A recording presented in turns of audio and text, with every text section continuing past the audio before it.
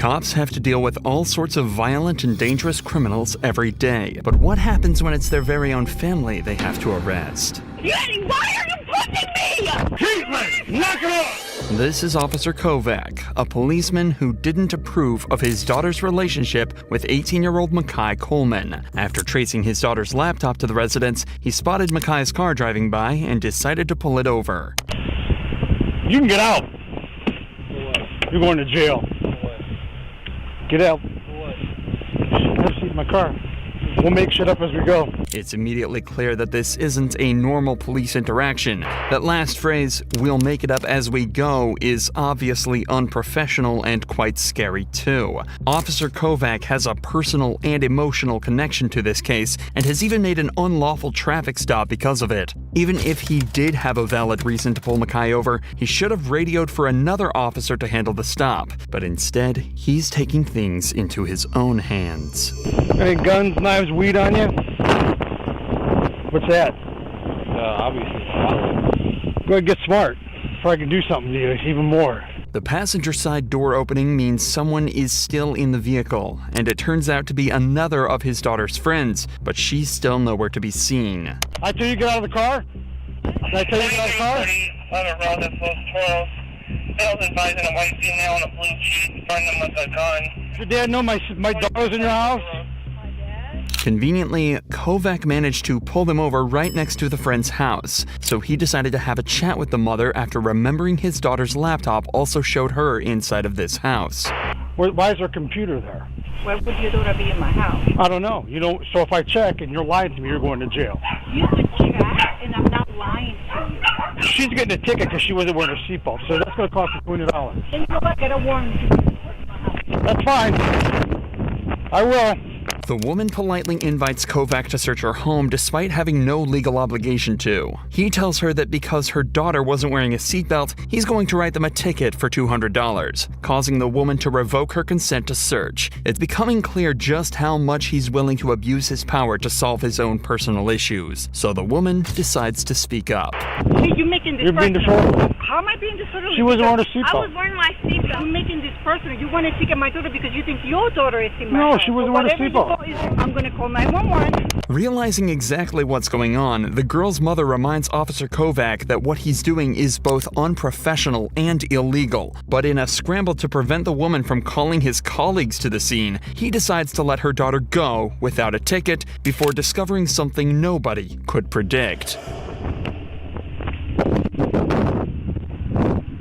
I didn't even see you. Get out of the car. Get in my car. Go ahead, you guys are good. Ma'am, they could go with you.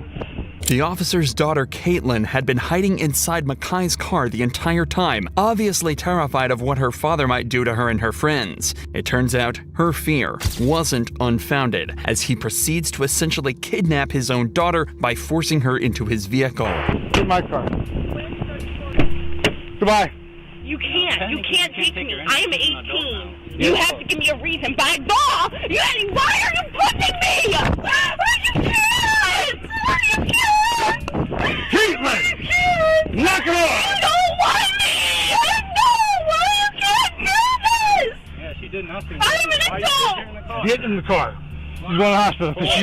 She said she was going to kill herself Friday. No, I didn't! I did not! Caitlin is essentially being kidnapped here. She's broken no laws and is legally an adult, meaning she can stay or go with anyone she wants. But despite that, he tells her that she has to come with him to the hospital as she needs a psychological evaluation. There's no need to point out just how badly Officer Kovac handled the entire situation. Internal Affairs did that for us. It was quickly concluded that Kovac acted illegally and irresponsibly. During the entire interaction, Kovac was listed as an available unit and was called to a domestic abuse case, but he never responded. Officer John Kovac was later fired from the police department for his unprofessional behavior. But it's not only police officers that can be protective parents, though. Take this example from Vermont, when a 52-year-old father tried using an excavator to attack the officers that were arresting his own kid.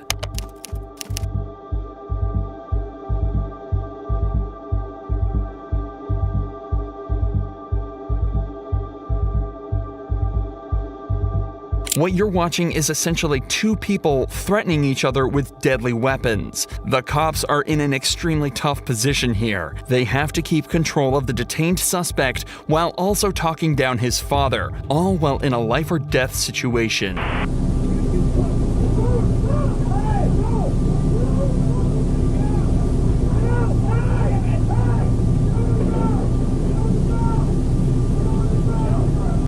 All available units, I've got 343 and 254 and a 1010. Unfortunately, this is where the footage ends. However, you can make out the radio dispatcher informing other officers of a 1010 at the address. A 1010 is a fight in progress, and more units are quickly dispatched to help these two officers take control of the situation and take the entire family into custody. The son was arrested on charges of burglary and assault, while the father was also taken into custody and arrested. In both of these cases so far, a cop's family member hasn't been directly arrested, but this next case shows what happens when a cop has to arrest his own daughter for a DUI.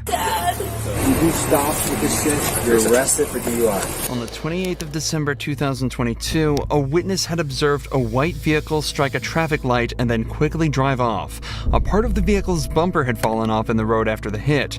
Around 15 minutes after the call, police located the suspect's vehicle at a gas station across the road, but the driver was the last person they expected. Come back from Applebee's? Yeah, I had a drink. Okay. How old are you? 21. My dad is,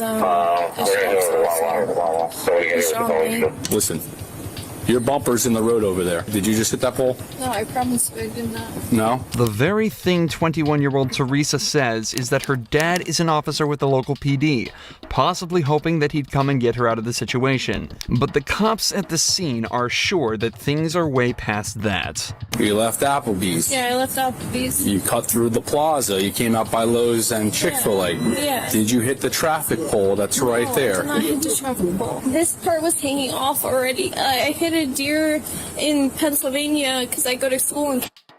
Do you smoke marijuana recreationally? No, I do not smoke marijuana universally. Universally, smoking marijuana isn't the only part of her story that doesn't make any sense.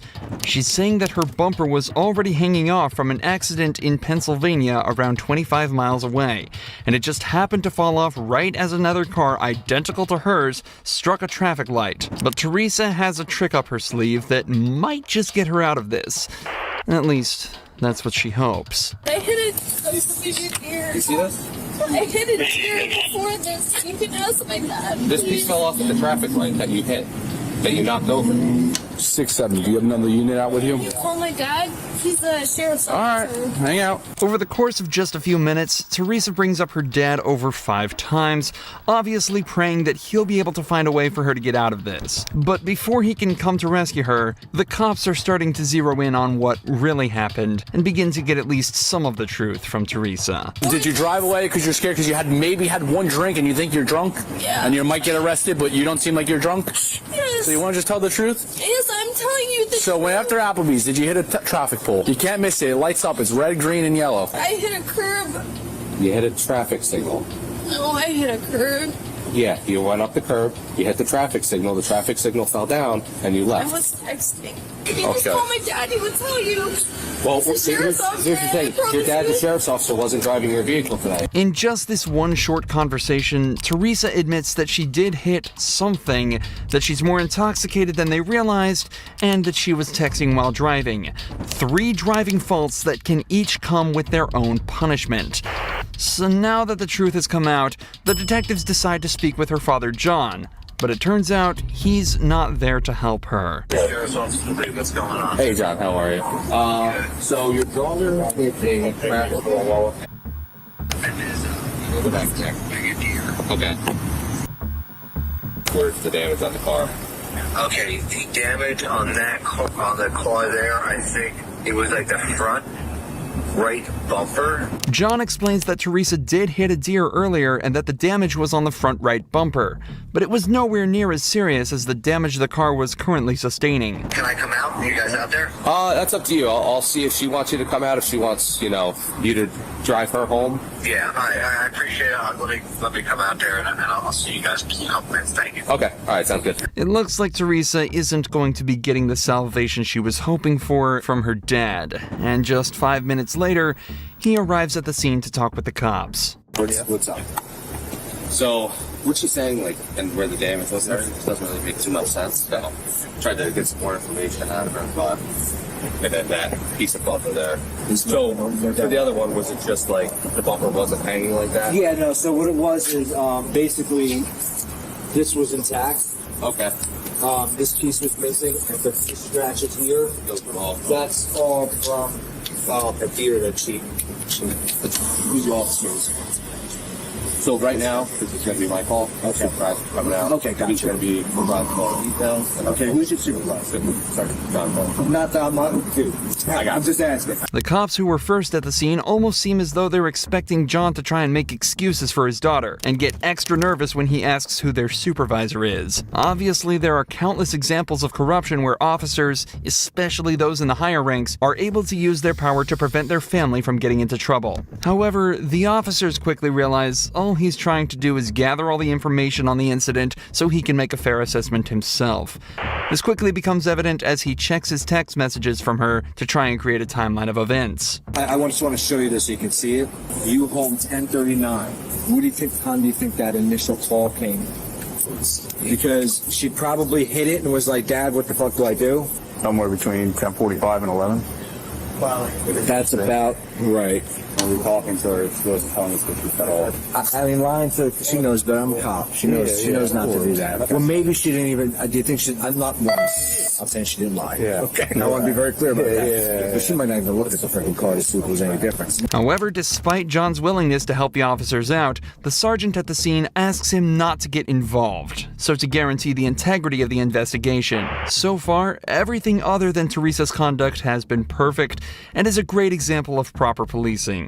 So, it's back to focusing on what Teresa had mentioned earlier. She says she'd only had one drink at Applebee's, but it's starting to seem as though she may be a little more drunk than they realized. Suspicions that were only confirmed after some field sobriety tests. And everything that happened today, right? I don't think that you were okay to safely operate the motor vehicle.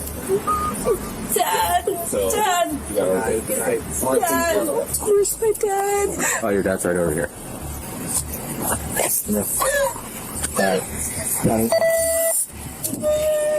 You do stop with this shit in the car. Okay, You're arrested for DUI. Go ahead. Have a seat. After being forced into the police vehicle by her own dad, Teresa was driven to the police station where her blood alcohol level was tested. It came back as 0.17%, over twice the legal limit. As of this upload, Teresa is still awaiting her penalty, but has been issued a court summons for driving under the influence, reckless driving, and failure to report a car accident. Teresa's dad followed protocol perfectly, but what happens when instead of the dad being called to handle his daughter, it's the daughter who calls the cops on her own dad? Well, that's exactly what happened on the 24th of March 2023, when officers were called to a domestic violence case that turned out to be nothing like they expected.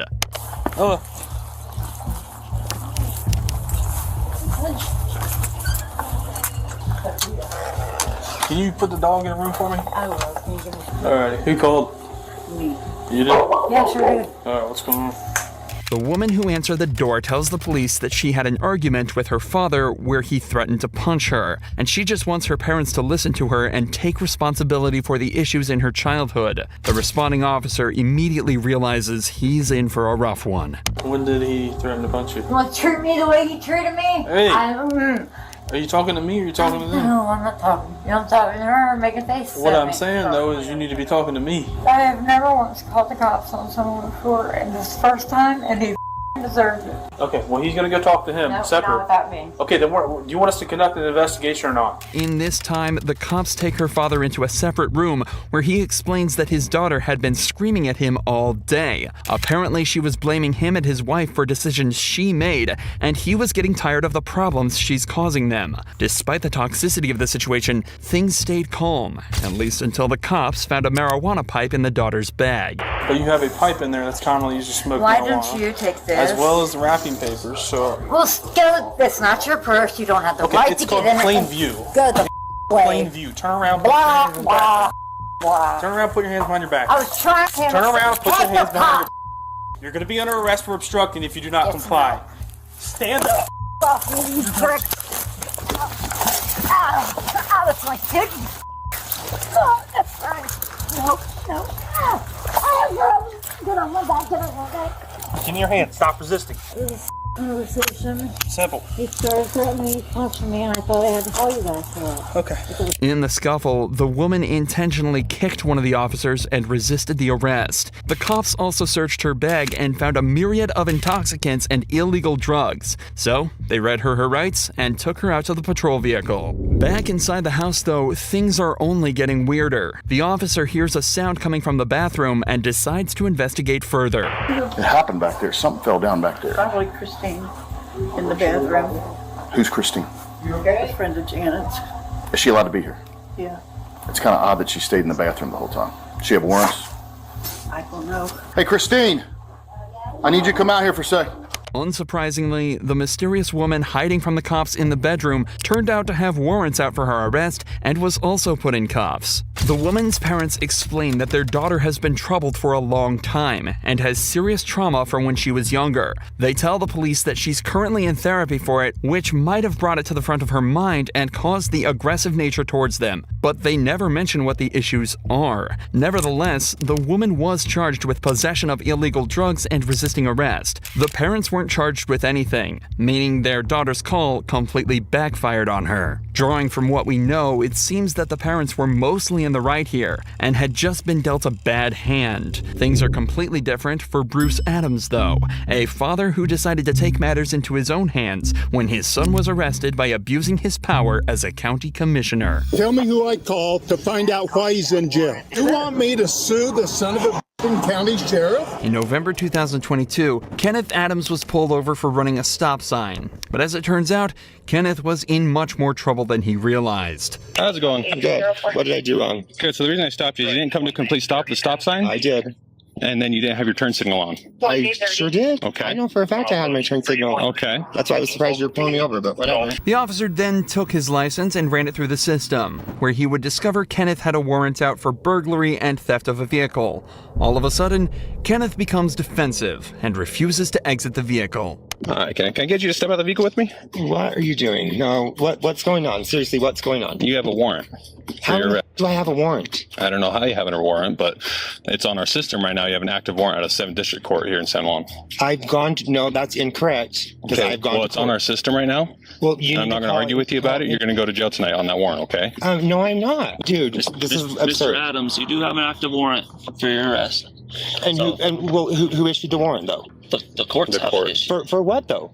Because I've gone to court for everything. There should not be an active warrant for me anywhere, dude. Kenneth claims that he's already been to court for his previous crimes, but the warrant still calls for his arrest. For the majority of smaller cases, the suspect is tasked with turning in the documents that prove that they've been to court and completing any classes they were made to attend by the judge.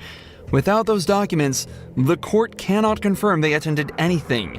So when Kenneth forgot to turn his in, the warrant remained open, and the police had no way to tell that he had in fact been to court. Issued October 13th. For what? It has some felony charges, burglary charges. Dude, I've been to court for that. No, I've been to court for that. You want to know the charges?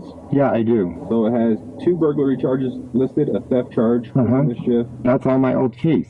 3 charges of burglary of a vehicle, and Yeah. criminal trespass. Yeah, why is that floating up now? Kenneth was taken away to the station, but this is when his father, Bruce Adams, turned up, who turned out to be the county commissioner for the local area. How convenient for Kenneth. Immediately after arriving at the scene, Bruce demanded to know what was going on and quickly started to show signs of corruption. Where's Kenneth?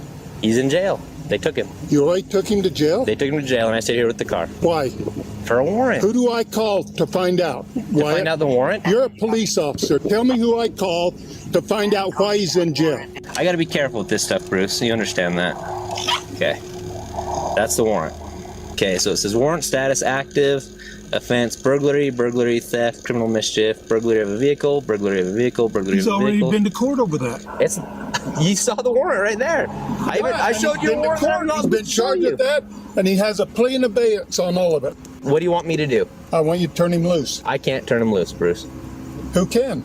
Nobody can. He's been arrested for a warrant. The courts can. And the warrant's false. Huh? The warrant's not false. You want me to sue the son of a county sheriff?